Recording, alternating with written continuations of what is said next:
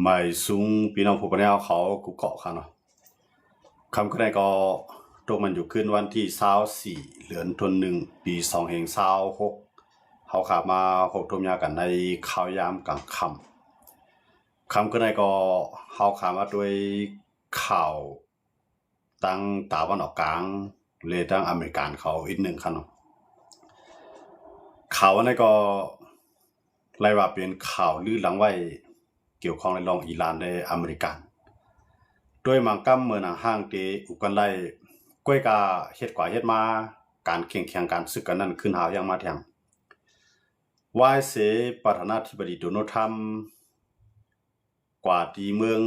สวิตเซอร์แลนด์เสเลยอุบโองอกงี้กันตั้งภายเดนมาร์กเลยดังกินแลนเขาตกลงไหลใจกันยาวนั่นไหนเฮ็ดอีเลยอเมริกันเนี่ยก็ตกลงไหลใจลองเดนมาร์กเลยกินแลนนั่นไหนลองอันที่อเมริกันเขาตกลงอันนี้ก็ภายดังกินแลนเขาก็พร้อมตาที่ปันให้ตับซึกอเมริกันนั้นอยู่กว่าไล่เสียมกาให้ตับซึกอเมริกันนั้นไล่ตั้งเครื่องเฮกลางทางกลางหาวันขึ้นจันขึ้นกับที่สุดในลุมฟ้าอันนี้ก็ภายดังเดนมาร์กเขาก็ปันอเมริกันกันตั้งไว้หรือนั้นก็ปันให้ตับซึกอเมริกันในขวักอย่างยังซึกไล่แทงในกุ่นกินแลนก็ได้หรือสิลองซึกลองห่มรวมอยู่นั่นในภายดังเดนมาร์กเขาเลยกินแลนเขาก็ยังปันให้อเมริกันนั้นขุดเลทัดนั้นก็น้ำมันจะในก็ได้ป่าโดยย้อนไว้อักขว้างให้อเมริกันในขุดไหลกำสื่ออันนี้ก็ลองหนึ่งที่เฮ็ดให้ประธานาธิบดีโดนัลด์ทรัมป์นั้นมีข้อตกลงว่าเตรียมใจยังซึกดอกกินแลนเตรียมใจยังซึกดอกเดนมาร์กมันคอมันแกนไว้จังนั้นสิเลยโอ้ตกลงกันกว่าค่ะเนาะว่าเสตกลงโอ้กันหลายดังลองกินแลนในเดนมาร์กอยู่นั่นน่ะอเมริกันในประธานาธิบดีโดนัลด์ทรัมป์ผู้นำเมืองอเมริกันได้ขึ้นปืนเผาทั้งกำหนึ่งว่าเตแพทย์เปียดเพียนลินอิหร่านสังเสว่าอิหร่านในหลักยื้ออันนั้นก็หลักคาแหมประธานาธิบดีโดนัลด์ทรัมป์เนี่ยอันในโดนัลด์ทรัมป์เขาเล่าว่าเขามีข่าวมาว่าอิหร่านเตหลักยื้อแบบผู้นำของอเมริกันก็ในโดนัลด์ทรัมป์ก็ไล่จี้สั่งกวนของมันว่าหมายถึงซึกมันนะครับเนาะสังเกตว่ามันมีสั่งเปลี่ยนกว่าก็เมืองอิหร่านในรูปเพียดออกไปแล้วมีเอาในลุมฟ้าในบอกว่าลบเปลี่ยนแผ่นดินของอิหร่านอันในอเมริกันประธานาธิบดีโดนัลด์ทรัมป์ปืนเผาไว้จังไหนครับก้อยการมันปืนอันประธานาธิบดีโดนัลด์ทรัมป์ปืนเผาไว้ในมันปืนเผาละลายกล้วยห้ามใส่ครับมันจี้สั่งเอาคือต่างเครื่องบินอันอยู่ในเอเชียเนี่ยเอเชียแปซิฟิกกันเนาะดีแน่ๆอเมริกันในสังเกตออกกว่าครับเนาะสังเกตในเดี๋ยวห้องว่าคือUSS อับราฮัมนะครับเนาะคือ USS อับราฮัมในติดต่างเครื่องบินตึกละอยู่หลายสิบลำครับเนาะพวกนั้นอเมริกันเนี่ยเอากว่าแทงบอก3-4 วันนั่นก็1 อาทิตย์ก็ได้ถึงใส่น้ำปังหลายของอิหร่านกำซื้อครับเนาะดีแน่ๆหลายป่าหลายภายเขาอันกันทัดสร้างว่าปอกกำในโดนัลด์ทรัมป์ในเรียบได้ลงมือเตะอันนั้นก็เป็นการหลอกให้เมืองอิหร่านในมีการปีนป่ายเรียกลายการพ้องงามวันเมืองมันมีอยู่2ด้านกันเนาะอันนั้นก็ได้ตึกเต้ๆเนี่ยอันนี้ก็จะว่าอะไรครับเพราะมาด้วยจังได๋มันจะหนังเขตรัสเซียเนี่ยก็ส่งเครื่องเฮกลางทางกลางเฮามาปั่นอิหร่านไว้ดังนำทั้งหลายอ่ะค่ะกำไรทั้ง2ฝ่ายในภายก็ลวดลาวาศอกยอมต่อกันเดี๋ยวไปกดตังมากความใครนึงกันเนาะ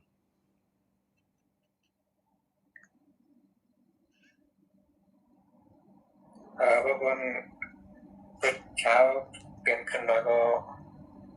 ประมาณแล้วก็โดนเกมมาแล้วก็งาไปตั้นที่สาวก็ตั้นขึ้นตักสาวขึ้น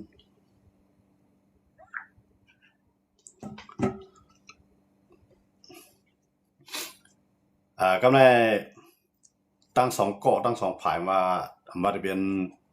ประธานาธิบดีของอิหร่านเนี่ยมาจะเป็นประธานาธิบดีของอเมริกันเนี่ยตั้ง2ฝ่ายนี่ก็ ลดลาว่าสอกต่อกันย่อมต่อกันโดนัลด์ทรัมป์ก็ลาว่าเพื่ออิหร่านเขามีแผนแต่เดหลักยื้อแบบประธานาธิบดีโดนัลด์ทรัมป์ก็ลงลายมือไว้วันนี้ว่าให้มังเบ็ดอิหร่านในถอนออกแบบแผ่นดินอิหร่านทั้งเสียงบอกว่าที่เขายึดซิหมดทั้งหันเนาะอันนี้ก็อเมริกันโดนัลด์ทรัมป์ปืนเผาใช่ไหมก็ในเหมือนจะหนังผู้นำอิหร่านประธานาธิบดีของอิหร่านก็ลาดว่าสังเกตว่าโดนัลด์ทรัมป์ในส่งก้นมายับอันนั้นก็ส่งก้นมาเฮ็ดให้อายาดอลลอฮ์คามานีในอิหร่านก็พร้อมได้ปืนบังตึกต่ออเมริกันเตรียมตัวที่เฮ็ดให้อเมริกันในรู้ซุ่มที่สุดเตรียมยามเกิดขึ้นเตรียมยามมีมาปองว่าประธานาธิบดีทั้งสองฝ่ายก็เลยว่า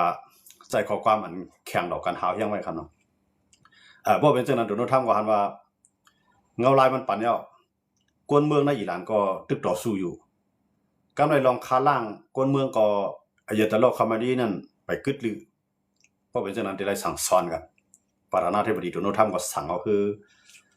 US อับราฮิมก็เลยอับราฮัมกันเนาะจริงก็ใครว่าเขี้ยมมันก่อนกำไรสั่งคือโดนได้มากครับเนาะว่าได้ก็เขาได้ก็ภายอันเขาปืนเผาได้ก็เขาระบาดใจขย้ำอยู่มอก 3-4 วันนั้นก็นานที่สุดก็มอกอาทิตย์นึงในก็มากำไรเรือเสียสั่งคือในมาในขึ้นสั่งไว้ซึกอันเลียดไว้ไฟฟ้าครับเนาะซึ่งอันนั้นก็เป็นจุ่มเดียวกันตั้งอันก่อนยอบนิโคลัส มาดูโรอันเป็นประธานาธิบดีของเวเนซุเอลาเป็นจุ่มเดียวกันเนาะอันนั้นก็อเมริกันก็สั่งไว้พร้อมตาที่เหตุการณ์ในกูข้าย้ำหรือไปครับความสั่งว่าเป็นจังได๋ก็บอกว่าทั้งสองฝ่ายเนี่ยเคียงกันแฮงหนากันเคียงกันแฮงหน่อยกำลังอิสราเอลได้เตรียมพร้อมไว้หมดแล้วเนาะอิสราเอลทั้งอิหร่านก็เหมือนกันอิหร่านก็ห่างแฮงไว้หมดแล้วอิหร่านก็รัดว่าพออเมริกันในมาตุ้มต่ออิหร่านในอิหร่านเตคำเจ็บภายเลียวเหมือนจังหนังมือปังตึก12วันที่ป่นมาเมื่อป่นมากำป่นไอ้ตั้งอเมริกันในตั้งอิสราเอลของมือเนี่ยมังกำนะเมื่อนั้นอิหร่านเนี่ยมันตั้งได้ตอบสั่งอเมริกันเด็กๆไว้ก็ละยื้อขีปนาวุธกว่า3ลูกเนาะยี่กว่าที่ในเมืองกาตาร์ก็ที่นั่นก็ยากันกว่าอเมริกันก็ตอบขึ้นเมื่อนั้นครับเนาะอิหร่านก็ยี่3ลูกนั่นในอันตกใส่ในลูกเดียว2ลูกในอันตกใส่ก็อเมริกันก็ปล่อยยาวเห็นอันนี้ก็กำลังซื้อว่าอเมริกันก็ขึ้นแล้วว่าอิสราเอลและอิหร่านนี่ก็อำนวยตึกกันเนี่ยดูกันเนี่ยทั้งสองฝ่ายปันข้อมันแกนว่าติดกึดตึกกันโดนัลด์ทรัมป์ว่าปืนเผาจังได๋กันเนาะเต้ๆในทั้งสองฝ่ายเนี่ยบ่ได้ปืนเผาครับเนาะบ่ได้เป็นอิหร่านบ่ได้เป็นอิสราเอลเนี่ยทั้งสองฝ่ายที่เคยมังกันนี่ไปกับโดนัลด์ทรัมป์สำหรับว่าทั้งสองฝ่ายเนี่ยยอมรับลองกึดตึกลองในเสียใจ2ก้อนนั้นเป็นจะมีในทางเลยทั้งอายาตอลลอฮ์คามานีนั่นได้กึดปังตึกว่ามือกำป่นกันเนาะอันนั้นที่เรียกเป็นปีกายปีป่นมากครับเนาะก็ได้ปอกำได้เขาภายสีขาวละลายภายเขาภายทัดทองการเมืองนอกเมืองเขาได้ก็เขาคาดล้าไว้ว่าปังตึกกำไร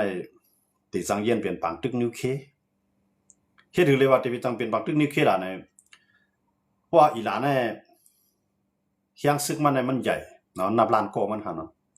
เฮียงซึกมันใหญ่เฮียงก้าในอิหร่านเนี่ยมีขีปนาวุธในนำหน้ากำไรในตับซึกอเมริกันนั้นอยู่ทั้งตะวันออกกลางในทั้งหมดทั้งเส้นเนี่ยมีอยู่60ตับใน60ตับนั้นอิหร่านลาดว่าที่อยู่ในข้าวยามเดียวกัน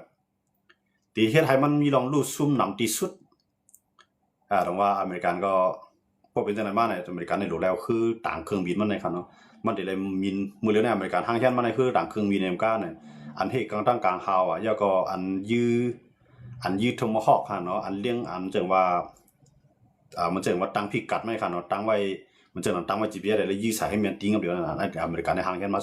อยู่ 2-3 มิลค่ะเนาะเครื่องบินตึกมันจังเครื่องบินสร้างน้ำมันในกลางฮาวใช่ไหมอเมริกันในทางแค่นออกไปหมดถึงมือกำป่นเนาะค่ะเนาะอันนั้นก็ไปยินว่ากับโปดีเลยติหางเฮ็ดออกกว่าเนาะหางเฮ็ดออกกว่าลูกตั้งอิหร่านออกกว่าพ้องลูกตั้งกาตาร์ออกกว่าพ้องเนาะมื้อในอเมริกันในหางเฮ็ดไว้หมดแล้วกำในอิหร่านก็มีเปลืองคอมมิวนิสต์ในเขาดิ้นหลอกว่าตั้งกันเนาะเขาก็ว่าเขาพร้อมปอกกำไรพร้อมปืนปังตึกเตรียมตัวอเมริกันเนี่ยเนี่ยอันนี้ได้เขาขาใครหันให้มันเกิดขึ้นเนาะจริงๆล่ะเนี่ยเขาได้หันในจับปาเนาะเขาได้หันมหาอำนาจมังกันนะครับเนาะเหมือนเจ้าหน้าเขาอยู่แจ้งเหมือนเจ้ายูเครนรัสเซียมังกันเนี่ยมันจะมหาอำนาจเขาเลยรัสเซียได้เป็นมหาอำนาจก็ยูเครนได้เป็นเมืองเล็กๆนะยูเครนได้ใหญ่หรือเมืองไทยในอินใกล้กันเนาะแผ่นดินกว้างได้ใหญ่หรือเมืองไทยกันเนาะ ก็พวกเนี้ยอิหร่านในแผ่นดินกว้างใหญ่ย่อก็มีแห่งซึกนับล้านก็ในมีขีปนาวุธในนำแห่งน่ะก็ในมาญาตั้งอเมริกาเนี่ยก็มันเดี๋ยวเอาเกาหลีมันมามั้งมันเดี๋ยวมีอันเดี๋ยวพ่อมาติดจอยอเมริกันอยู่ในขยะมาเดี๋ยวในเดี๋ยวมีอังกฤษเนาะอังกฤษเดี๋ยวมีอิสราเอลอันนั้นได้สองก้อนได้แน่นอนนะพร้อมเดี๋ยวเขาบังตึกก็การลองอันสั่นควันกันเหมือนเช่นหนังตั้งตาวันตกเขายุโรปเขานั่นลองเกี่ยวข้องในลองเกี่ยวข้องในลองเมืองกินแลนด์นะครับเนาะเต้ๆในเป็นเมืองเดนมาร์กก็ที่ว่ากับตัวเก่าของกินแลนด์เนาะเกี่ยวข้องแล้วนั้นเขาละห่อละแหงกันเหมือนเช่นว่าหันพิษหันเปิงนะครับเนาะเขาก็หันพิษหันเปิงกันที่ไหนก็ไม่เขาเคลียร์ปัญหากันยาวเนาะผูกกันยาวก็ในตัวโน้ตทำก็ตกลงหับปากก็ว่าเตรียมใจยังซึกยาก็อันเดขึ้นขวัญเขาเปลี่ยนเมืองอันเดส่งอันสูงยังซึกมาจอยอันสูงยังซึกมาตอนตัดได้มาจอยเดนมาร์กกันเนาะตอนตัดได้มาจอยกินแลนด์นั่นตัวโน้ตทำเด็กขึ้นขวัญเขาในตั้งงวดในเปลี่ยนเมืองเนาะเปลี่ยนเมืองในเด็กขึ้นอยู่1เมืองใน 10% เด็กขึ้นหรือมาแทนขวัญการค้าการขายก็ในกูไผ่ๆนั้นมันเคียงแข็งมากในกำลังรู้สึกว่าในตัวโน้ตทำในเป็นไผ่ย่อมมันขึ้นเขาเนาะตั้งก็การได้ตัวโน้ตทำย่อมนั้นมันย่อมซบย่อมกว้างมันเองก็เนาะย่อมซบมันย่อมกว้างมันก็ว่ามันก็เลยตั้งตับซึกขวากแห้งอาณาในการซึกแทงตั้งตีกุนกินแล่นนะครับเนาะตีกุนกินแล่นทีนี้ก็เคียงแข็งไว้เคียงแข็งแต่มันเอายังซึกกับตั้งไว้ครับเนาะทีนี้ก็เฮ็ดให้ตัวโน้ตทำในลองตั้งตัวโน้ตทำหลอกนั่นมันไล่พ่อนดีมาอยู่เนาะมันหลอกก็ว่าจังซี่ว่าเดียนมาคำย่อมได้เตยุโรปผมย่อมได้เตก็ได้จังมันเป็นแนวการมันเป็นแนวการของมันเป็นแนวตั้งของตัวโน้ตทำครับเนาะตัวโน้ตทำในคำนั้นมันได้หลอกเพิ่นนะบางปอกก็เฮ็ดเตเนี่ยมันจะว่าใครให้กวนตั้งนำในอย่าไปคาดล่ามใจมันไรว่ามันได้เฮ็ดอีสังนะตัวโน้ตทำเนี่ยมันได้เฮ็ดจังได๋การหลอกบางปอกในเพิ่นหลอกก็บางปอกในเฮ็ดเตเพราะว่าเพิ่นถามว่ามันได้เฮ็ดเตมันได้หลอกมันได้ในขนาดนั้นว่าในลุงพาในภายทัดทองการเมืองเขาภายทัดสร้างการเมืองเขาภายคาดล่ามเขาก็เลยว่าตัวโน้ตทำได้เป็นกวนคาดล่ามหยาดพี่เตเพราะว่ามันบางปอกในต่างเฮ็ดก็บ่เฮ็ดต่างเฮ็ดซ้ำเฮ็ดมันเป็นจังได๋ครับเนาะแล้วยันบ่จังได๋โปรแกรมได้เข้าอันกันตื่นเต้นเขาอันกันสนใจมากทีเดียวว่าเนาะลองอันที่มันเอาคือต่างเครื่องบินมาคืออันนั้นมันเอาลูกในเอเชียแปซิฟิกมาแต่ได้ออกมาแล้วก็มาที่นั้นอิหร่านกำซื้อครับเนาะที่อันก็ตั้งไว้อยู่ตั้งเวเนซุเอลา2ลำนั้นไปออกมาครับเนาะนั่นก็ที่เป็นคือต่างเครื่องบินก็2ลำนั้นก็เงียบไปเมืองนี่เวเนซุเอลาอยู่ที่นั่นก็ไปออกมาก็จัดเอาในคือในเอเชียเนี่ยออกกว่าเนาะเหมือนจ้างในเอเชียมันก็ที่มาอยู่คืออเมริกาเนี่ยมันได้มามีอยู่ตั้งปางหลายจานเคอันนั้นก็มันได้มาไว้อยู่หมอกลำถึง2ลำครับเนาะอันนี้คือต่างเครื่องบินเขาครับนะลองว่าที่ในอเมริกาในตั้งในก็ออกมาแทนนี่มันใครกันเนี่ยเรียวอันที่มันได้เพียวเปียนิโคลัสโมโดโรนั่นครับเนาะมันใครกันเนี่ยเรียวมันใครกันเนี่ยตั้งนั่นก็อิหร่านซ้ำแก่นแข็งหรือนั่นจังบ่จังได๋ดอกว่าตั้งนึงทำมันมีอิสราเอลในพร้อมตัดได้สอดส่วนให้ตัวโน้ตทำในปืนบางตึกตัวอิหร่านอยู่กูข้าวยามนั่นครับเนาะอิสราเอลในมันนำจริงอ่ะในเปลี่ยนจะมีในเนทันยาฮูนั่นแหละเป้าหมายของมันก็อย่าไปให้อิหร่านในมีนิวเคลียร์อะไรนั่นครับเนาะก็ในอเมริกันก็เลยว่าโครงสร้างนิวเคลียร์นั้นให้กึดเปียดกำเดียวอเมริกันในลองในหลอกครับเนาะลองในหลอกกำในลองปีกินคนเมืองนั่นก็ให้กึดกว่ากำในอเมริกันนั้นว่าตีปีนไปเรียกลายเปียดผู้นำเมืองอเมริกันเนาะแต่ว่าที่นั่นกวนเมื่ออเมริกานะอันเขาลุกขึ้นในกลางใจเขาขึ้นมีแห้งใจมากขึ้นขนาดพวกยินว่าอเมริกาในเดมาจอยคือก็ออกมาในลองในกลางใจนั่นก็ขึ้นมีแห้งใจขึ้นนะกำไรอันเปลี่ยนตั้งภายเจ้าใจอันอยู่ไว้ที่ในเมืองอเมริกันก็ตึกส่วนกวนมันแทงกันเนาะมันถึงขยามตีออกเปียนะอเมริกันเขาตรงนึงเนี่ยขึ้นปลุกปั่นกันขึ้นขึ้นตึกส่วนปกตื่นนั้นขึ้นมากขึ้นเลยลองในกลางใจนั่นก็ได้ขึ้นแห้งมากขึ้นก็เลยว่าที่นั่นสังเกตว่ามันเกิดเปลี่ยนแปลงตึกกันขึ้นมาเต้เมื่ออันละลายผายอ่อนกันไม่ใจเนาะละลายผายอ่อนกันคล้ายตัวสังเกตว่ามันเกิดขึ้นเต้ในสังเกตว่าตัวโน้ตเข้าในมันแลบกุ้มกำอิหร่านไรในขยามปอดไหนมันได้ใจนิวเคลียร์มังใส่กันเดียวมันได้ใจนิวเคลียร์ดีไหนพอใจนิวเคลียร์ปุ๊บไหนมันได้ยุบตัวแตกเหมือนเช่นหนังเมืองเกี่ยวปานกันเนาะเมืองหลวงของเกี่ยวปานฮิกุชิมะนาวาซากิในเมืองหลวง2เมืองนะครับเนาะอันเป็นเกี่ยวของเกี่ยวปานนะครับเนาะอันนั้นที่เป็นหมอกหลาย10ปีที่พ้นมาครับเนาะหมอก80ปี70 80ปีพ้นมาครับเนาะหมอก80ปีปลายพ้นมาที่นั่นในอเมริกันเขาบังใส่2ลูกนะอันนั้นเมื่อนั้นได้อเมริกันในลุงพาในตึกมีอเมริกันก็นิวเคครับเนาะ ก็ในพวกมันกับมังสดีอีหลาพวกมันอีหลาในเฮียงซึ่งมันแก่นแข็งขีปนำวุธมันนำเครื่องเทคโนโลยีมันก็แข็งไว้ขนาดอีหลานี่ขนาดมันจะหนังเกี่ยวกับลองไซเปอร์ว่าสังวัดตัดยาเป็ดตัดยาเป็ดเที่ยงเหนียวเที่ยงสัญญาณทางเส้นนี้มันเฮ็ดได้หมดกันเนาะอีหลานี่มันแข็งแข็งลงในท้องแข็งเกี่ยวกับลองเทคโนโลยีก็ในพวกอเมริกามันลาอีหลาในลาว่าติดทุบเป็ดซึกอเมริกันกูตีอันอยู่ไว้ทั้งตะวันออกกลางในหมายถึงว่าซึ่งอเมริกันเนี่ยมันดีกว่าอยู่1เมืองเนี่ยเนาะมันเช่นหนังกาตาร์เนี่ยก็จะมีหมอกหมื่นเนาะมันเช่นหนังอิรักใช่ไหมก็จะมีขนาดมันเช่นหนังUAE เขาใช่ไหมซีเรียเขาใช่ไหมมีตับซึ่งอเมริกันหมดเขาใช่ไหมครับเนาะอย่างมันเช่นอะไรอิหร่านทำว่าติดทุบเป็ดกูตีนะเพราะฉะนั้นในก็ในตีนอเมริกันก็ตั้งไว้ใช่ไหมในอันเหตุการณ์ตั้งกลางหาว่าในมันก็เดี่ยมเพียงพอยันว่ามันใจเมืองของมันตีก็มันเป็นกัดตั้งตับซึ่งในเมืองเปิ้นก็ในพวกอิหร่านทุบใช่ไหมในอเมริกันได้ซุ่มปีนี้จะมีลองซุ่มนำก็ไม่แต่เด็กกึศยังแต่เด็กกึศยังเป็นอิหร่านหายาไปให้มันสืบลุกลามกว่าอะไรเท่านั้นเลยอเมริกันในจังใจนิวเคลียร์ครับนะเพราะมันถอมได้ถูกโน้ตทำในมันเรียบติดใจนิวเคลียร์ครับเนาะก็มันลาซื่อมันลาว่าติดเพียดแผ่นดินอิหร่านเพราะกำไรเพราะมันอิหร่านในตามอเมริกันในตึกกันมาเนี่ยอเมริกันในติดเพียดแผ่นดินอิหร่านเนี่ยเพราะอิหร่านในมันเป็นชายมุสลิมเขาเนาะมันเป็นชายมุสลิมในเพราะเขาตึกในเขาคำโกตายเนาะกว่ามาตายในคำโกเขาได้เรียนเขาพุงเขาใช่ไหมแต่เพราะฉะนั้นในอเมริกันเนี่ยได้จังเอาในข้าวยามันป้อไทยก็เอานิวเคลียร์โยกันมาไหนก็ให้มันยอมอันนี้ก็จังเกิดขึ้นอะไรครับเนาะ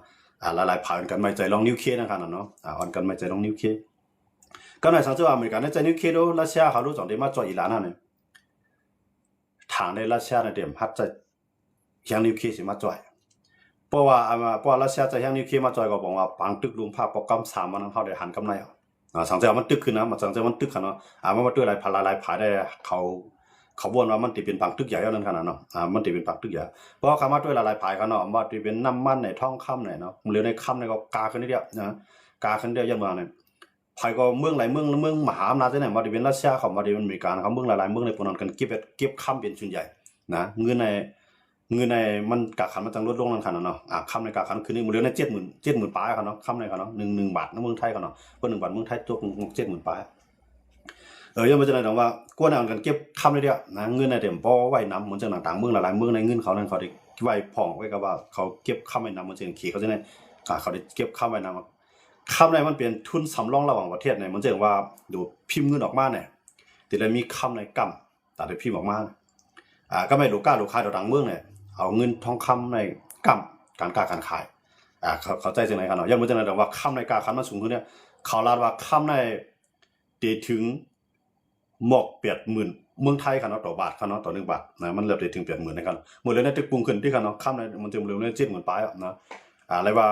ในคารางปีกายมาปีในค่ำในครึ่งแห้งแล้วล่ะย่อมมันมีบางตึกค่ะเนาะ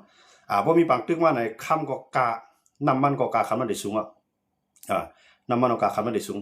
ย่อมจังได๋ก็ในบ่เป็นบางตึกนิวเคลียร์ขึ้นมาแน่อันนั้น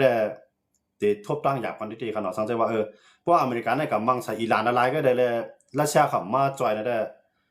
อเมริกันก็ได้เอาขยะปอดให้กุ้มกำอิหร่านในกำซื้อค่ะเนาะเหมือนจังนั้นมันกุ้มกำเกี่ยวปานในกว่ากุ้มกำอินเดียในว่ากว่ากุ้มกำเกาหลีใต้ในเกาหลีเหนือในเขในมาทั้งเมืองของตุ่มตัวเขาใช่ไหมเนาะเกี่ยวปานในกุ้มกำจะได้หมดเพราะอเมริกันในมักลงมังวันมันเมืองหลวงของเกี่ยวปานทั้ง2เมืองค่ะเนาะพวกมัง2อันนั้นในเกี่ยวปานอะไรขึ้นยอมซื้อก็ถอยขึ้นหมดค่ะเนาะถอยขึ้นหมดจังนั้นคำเดียวอันนั้นก็อเมริกันเนี่ยมันก็ได้ใจลอกไล่ในเสเลยหนังหือรัสเซียเขาเต็มจังเขามาจอยขี่เขาจังมาจอยพวกขี่มาจอยได้แน่นอนนะพวกขี่รัสเซียเขามาจอยในยุโรปนะมันอเมริกันมันตึกอยู่ในนาโต้นั่นครับเนาะมันไปเลยถอนในนาโต้ยุโรปตั้งเสียงเนาะก็ไม่ต้องว่าตั้งเสียงในนาโต้ใน30 ปลาย2เมืองเนี่ยที่ได้มาจอยอเมริกันหมดนะกำไรหรือนั่นก็ไว้ดีความอเมริกันนั้นอยู่ในกุนิเซียว่าเกาหลีใต้ว่าญี่ปุ่นว่าไต้หวันว่าฟิลิปปินส์อันเป็นว่าเรียนอเมริกันก็ได้กับจอยอเมริกันหมดครับเนาะก็ในการว่าเดี๋ยวจอยอเมริกันนั้นมันจะว่าได้เข้ากับตั้งตาวันออกกลางหมดได้เข้าจู่ยุโรปหมดได้เข้ากับจู่อิหร่านหมดใช่ครับนะก็จะว่าสวัสดิ์กับจอยมันจะนั่งญี่ปุ่นเกาหลีใต้ไต้หวันฟิลิปปินส์เขาจะได้ห้ามขี่ไว้ทั้งในครับเนาะได้ห้ามขี่ไว้ทั้งในก็ในอเมริกันเนี่ยก็ได้มาบางขี่ทั้งในสังเกตว่าขี่กับจอยอิหร่านครับนะอย่างเมื่ออเมริกันเนี่ยมันล้อมไม่ขี่หมดหรอกนะมันล้อมไม่ขี่หมดหรอก